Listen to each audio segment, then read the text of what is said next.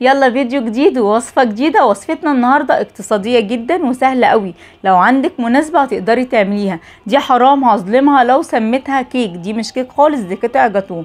اللي يشوفها يقول معمولة بدقيق سبونش من كتر جمال الكيك وازاي هاش ولونه فاتح قوي وبالجمال ده. مكوناته سهلة وموجودة ان شاء الله في كل بيت. هقولك ازاي وايه الخطوات اللي تعمليها تطلع الجاتوه بتاعك لونه فاتح ويطلع هاش وكله فراغات، والسوا بتاعه مظبوط، لون الكيك فاتح والسوا من فوق زي من تحت كله درجة واحدة، وازاي الطبقات متماسكة زي ما انتم شايفينها. الفيديو حلو قوي. بما ان كده في موسم المشمش هعملها لكم النهاردة بالمشمش. كل حاجة في الموسم بتاعها ما بتكونش غالية قوي، فقلت النهاردة ادخل المشمش، طعمه حلو وكمان تغيير. اهم حاجة ما تنسيش اللايك والكومنت الحلو، كومنتاتك بتفرحني قوي، والاشتراك في القناة، وعاوزة شير كتير على قد ما تقدر. هنسمي الله ونصلي على الرسول. اللهم صل وسلم وبارك على سيدنا محمد.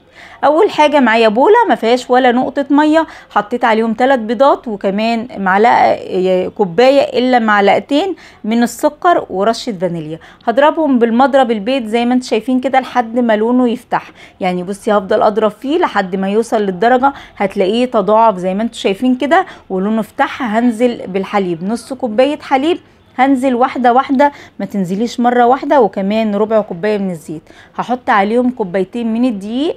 اهم حاجه ان انت تنخلي الدقيق بتاعك كويس قوي. ومعايا الكيك شيف، الكيك شيف بحب استخدمه، هحط الباكو كله ورشه الملح اللي احنا متعودين عليها. هقلبهم اتجاه واحد، يعني انت حاولي طول ما انت بتقلبيه يكون على اتجاه واحد، عاوزاه يكون بالقوام اللي انتوا شايفينه ده. الفرن اول ما بدأت في الكيك كنت مولعه، عندي الفرن اللي بالكهرباء اعلى حاجه فيه 250، هحطه على الشبكه اللي في النص، مش هولع الشوايه خالص. طيب انت هتحطيه في فرن البوتاجاز خليه على 80 80 كويس قوي، وحطيه على الشبكه اللي في النص وما تولعيش الشوايه. ما تفتحيش الفرن غير بعد تلت ساعه بالظبط، واضمن لك ان شاء الله ان الكيك هتطلع كويسه. هتحطي خله لقيتيها محتاجه هتسيبيها وهتوطي عليها النار. معايا صينيه مقاس 30 في 40، دهنتها الزبده وحطيت عليها دقيق وزياده، فضيته وهدخلها الفرن على طول. هنا في المرحله دي ما بداتش فيها غير لما الكيك طلع من الفرن علشان عاوزاه بارد. معايا نص كيلو من اللبن اللي هو الحليب، هحط عليهم معلقتين من النشا، وده النوع النشا اللي استخدمته، وكمان معلقه دقيق، وعليهم معلقتين من السكر. كفايه كده، ما تحطيش سكر تاني لان مظبوط قوي والمقادير بتاعته مظبوطه. هقلبه كويس وبعد كده هرفعه على النار. شايفين هنا اول ما بيغلي طول ما انا واقفه ايدي كانت فيه ما بسيبهوش خالص. اول ما اطفي معايا كيسين من الفانيليا هنزل بيهم بعد ما بطفي على طول، وكده الكريمه كانت جاهزه معايا، بيكون طعمها حلو قوي.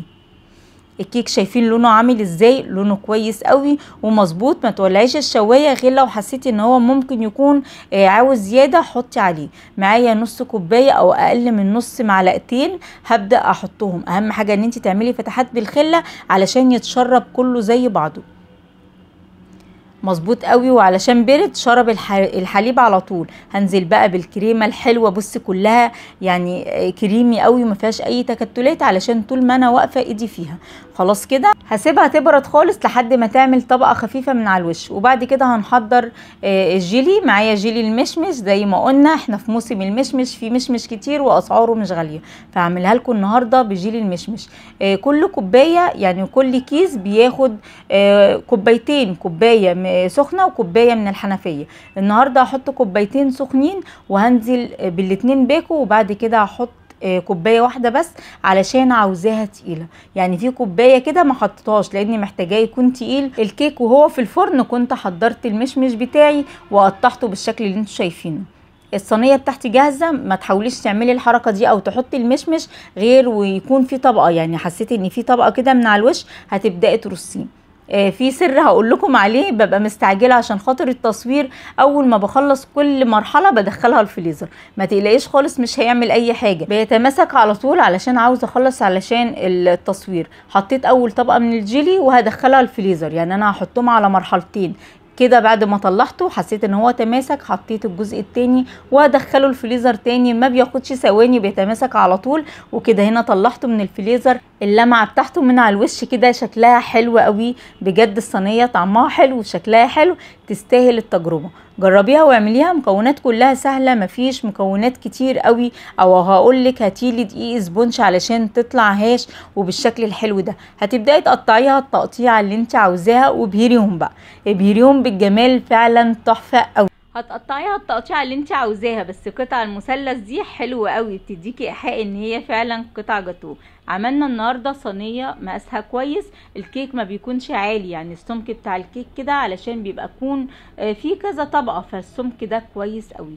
مكونات بسيطه وان شاء الله تكون موجوده في بيتك. قومي كده فرحي ولادك واعملها لهم. لو الفيديو النهارده عجبك او وصلت لحد هنا، ما تنسيش اللايك وتسيبي لي الكومنت الحلو اللي بيفرحني، وتشتركي في القناه. وعاوزه شير زي ما قلت لك كتير. اشوفكم ان شاء الله على خير، مع الف سلامه.